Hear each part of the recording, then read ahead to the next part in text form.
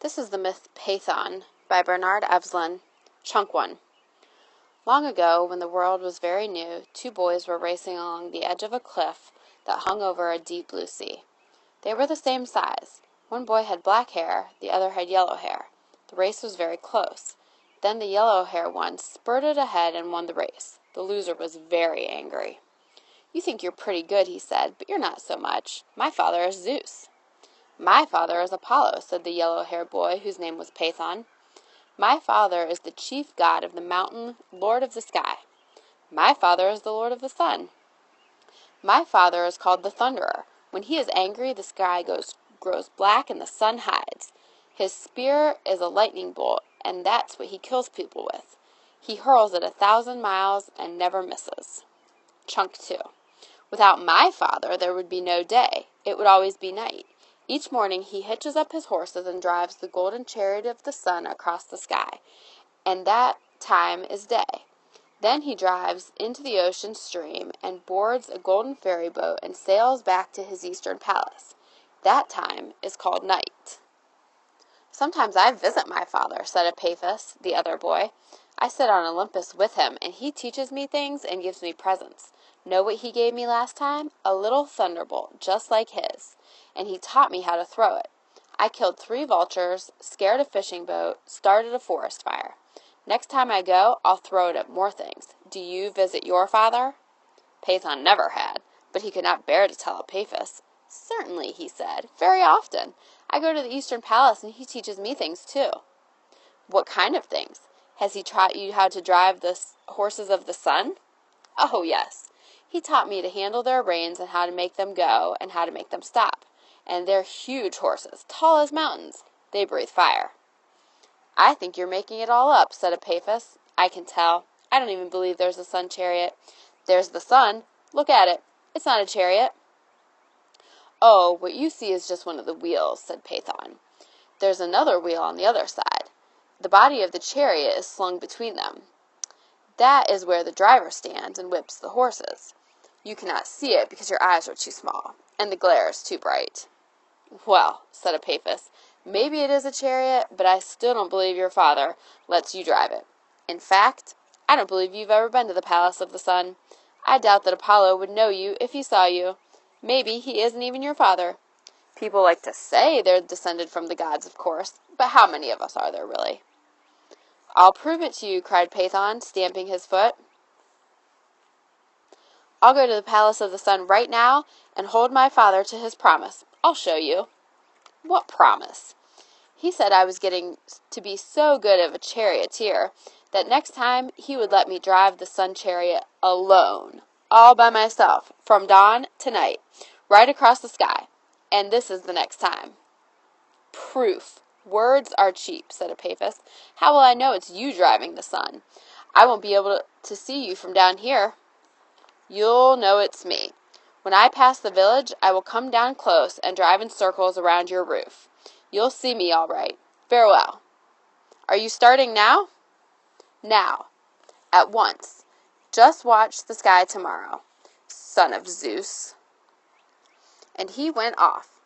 He was so stung by the words of his friend and the boasting and lying he had been forced to do, that he traveled night and day, not stopping for food or rest, guiding himself by the morning star and the evening star, heading always east.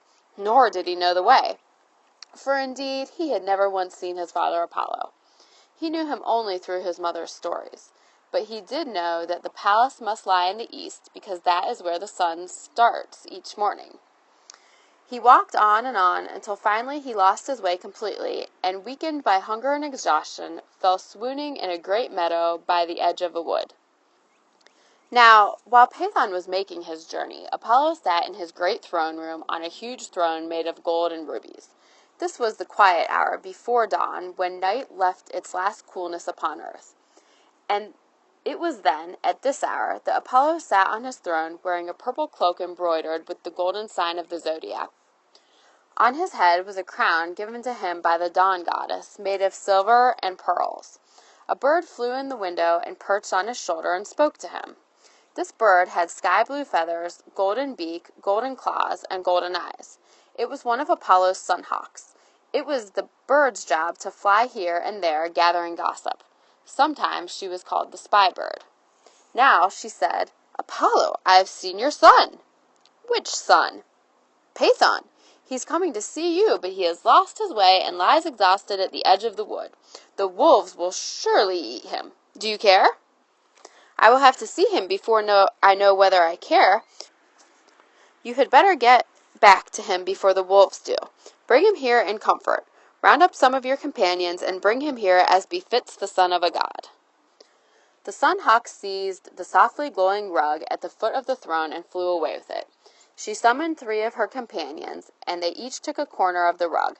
They flew over a desert and a mountain and a wood and came to the field where Phaethon lay. They flew down among the howling of wolves, among the burning eyes set in a circle about the unconscious boy.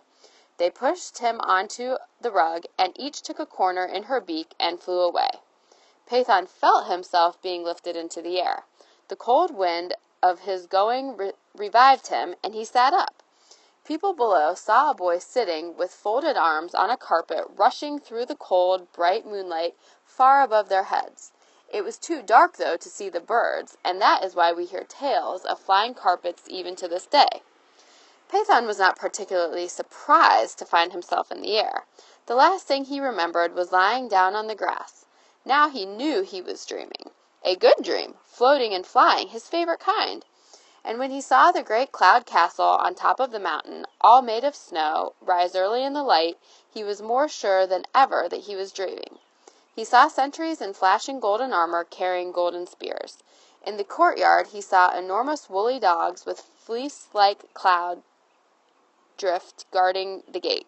These were Apollo's great sunhounds. Over the wall flew the carpet, over the courtyard, through the tall portals. And it wasn't until the Sun Hawks gently let down the carpet in front of the throne that he began to think that this dream might be very real. He raised his eyes shyly and saw a tall figure sitting on the throne, taller than any man and appallingly beautiful to the boy, with his golden hair and stormy blue eyes and strong laughing face. Phaethon fell to his knees. Chunk 4. "Father," he cried, "I am Phaethon, your son." "Rise, Phaethon, let me look at you." He stood up, his legs trembling. "Yes, you may well be my son. I seem to see a resemblance. Which one did you say?" "Phaethon." "Oh, Clymene's boy. I remember your mother well. How is she?" "In health, sire." "And did I not leave some daughters with her as well? Yellow-haired girls, quite pretty?" "Yes, sire. My sister, the Heliads." "Yes, of course. Must get over that way and visit them one of these seasons. And you, lad, what brings you to me? Do you not know that it is courteous to await an invitation before visiting a god, even if he is in the family?" "I know, father, but I had no choice. I was taunted by a son of Zeus, a Paphos, and I would have flung him over the cliff and myself after him if I had not resolved to make my lies come true." Chunk 5. "Well, you're my son, all right. Proud, rash, accepting no affront, refusing no adventure. I know the breed. Speak up, then. What is it you wish? I will do anything in my power to help you." "Anything, father?" "Anything I can. I swear by the river Styx, an oath sacred to the gods." "I wish to drive the sun across the sky, all by myself, from dawn till night." Apollo's roar of anger shattered every crystal goblet in the great castle. "Impossible!" he cried. "No one drives those horses but me. They are tall as mountains. Their breath is fire. They are stronger than the tide, stronger than the wind. It is all that I can do to hold them in check. How can your puny grip restrain them? They will race away with the chariot, scorching the poor earth to a cinder." "You promised, father." "Yes, I promised, foolish lad, and that promise is a death warrant, a poor charred cinder floating in space. Well, that is what the oracle predicted for the earth, but I did not know it would be so soon." "So soon?" Chunk 6. "It is almost dawn, father. Should we not saddle the horses?" "Will you not withdraw your request? Allow me to preserve my honor without destroying the earth?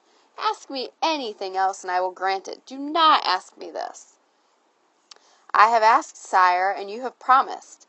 and the hour for dawn comes, and the horses are unharnessed. The sun will rise late today, confusing the wise. They will be more confused when this day is done, said Apollo. Come. Apollo took Phaethon to the stable of the sun, and there the boys saw the giant fire-white horses being harnessed to the golden chariot. Huge they were, fire-white with golden manes and golden hooves and hot yellow eyes. When they neighed, the trumpet call of it rolled across the sky, and their breath was flame. They were being harnessed by a Titan, a cousin of the gods, tall as a tree, dressed in asbestos armor with a helmet of tinted crystal against the glare. The sun chariot was an open shell of gold. Each wheel was the flat round disk of the sun as it is seen in the sky, and Phaethon looked very tiny as he stood in the chariot. The reins were thick as bridge cables, much too large for him to hold, so Apollo tied them around his waist. Then Apollo stood at the head of the team, gentling the horses, speaking softly to them, calling them by name. Pyrosis, Eos, Phaethon, Phlegon. Good lads, good horses, go easy today, my swift ones.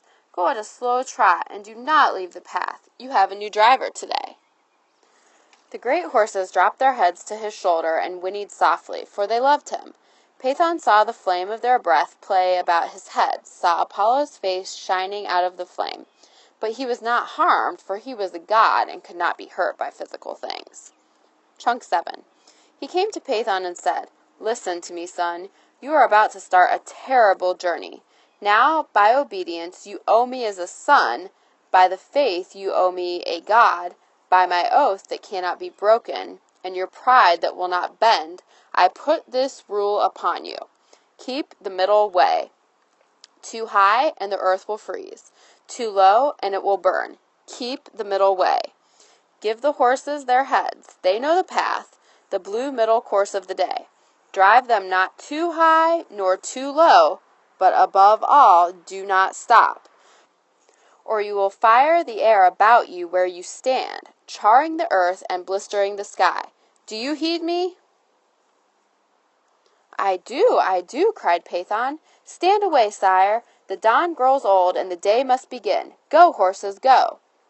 And Apollo stood watching as the horses of the sun went into a swinging trot, pulling behind them the golden chariot, climbing the first eastern steep of sky. At first, things went well. The great steeds trotted easily along their path, across the high blue meadow of the sky, and Phaethon thought to himself, I can't understand why my father was making such a fuss. This is easy. For me, anyway. Perhaps I'm a natural-born coachman, though. He looked over the edge of the chariot. He saw tiny houses down below and specks of trees. The dark blue puddle of the sea. The coach was trudging along the sky. The great sun wheels were turning, casting light, warming and brightening the earth, chasing all the shadows of night. Just imagine, Phaethon thought, how many people now are looking up the sky, praising the sun, hoping the weather stays fair. How many people are watching me? Then he thought, but I'm too small to see. They can't even see the coach or the horses, only the great wheel. We are too far, and the light is too bright. For all they know, it is Apollo making his usual run. And how can they know it's me? How will my mother know, and my sisters? They would be so proud. And Epaphus, above all Epaphus, how will he know? I'll come home tomorrow after this glorious journey and tell him what I did, and he will laugh at me and tell me I'm lying, as he did before. How shall I prove it to him? No, this must not be. I must show him that it is I driving the chariot of the sun, I alone. Apollo said not to come too close to the earth, but how will he know? And I won't stay there long. Just dip down toward our village and circle his roof 3 times, which is the signal we agreed upon. After he recognizes me, I'll whip the horses and resume the path of the day. Chunk 8. He jerked on the reins, pulled the horses' heads down. They whinnied angrily and tossed their heads. He jerked the reins again. Down, he cried, down, down.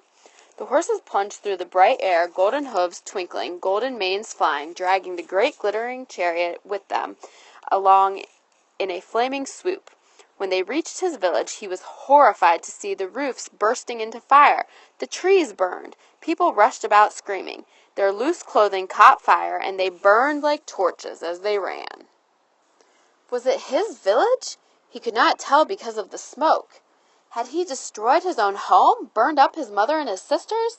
He threw himself backward in the chariot, pulling at the reins with all his might, shouting, "Up! Up!" And the horses, made furious by the smoke, reared on their hind legs in the air. They leaped up, galloping through the smoke, pulling the chariot up, up.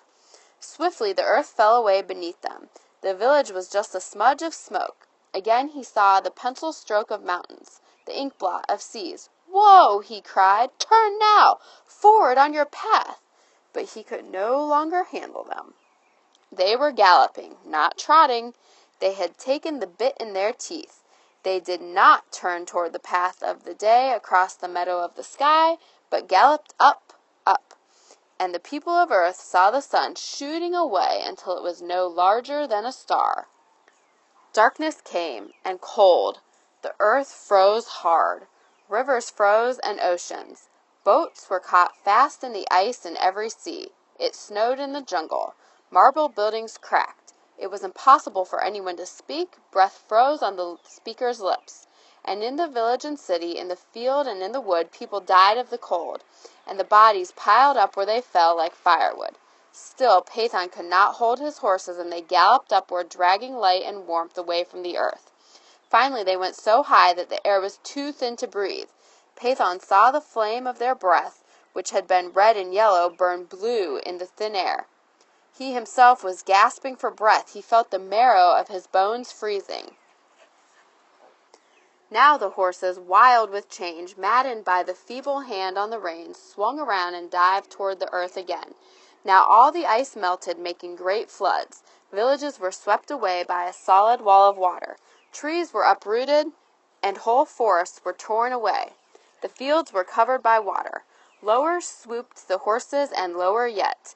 Now the water began to steam, great billowing clouds of steam as the water boiled. Dead fish floated on the surface.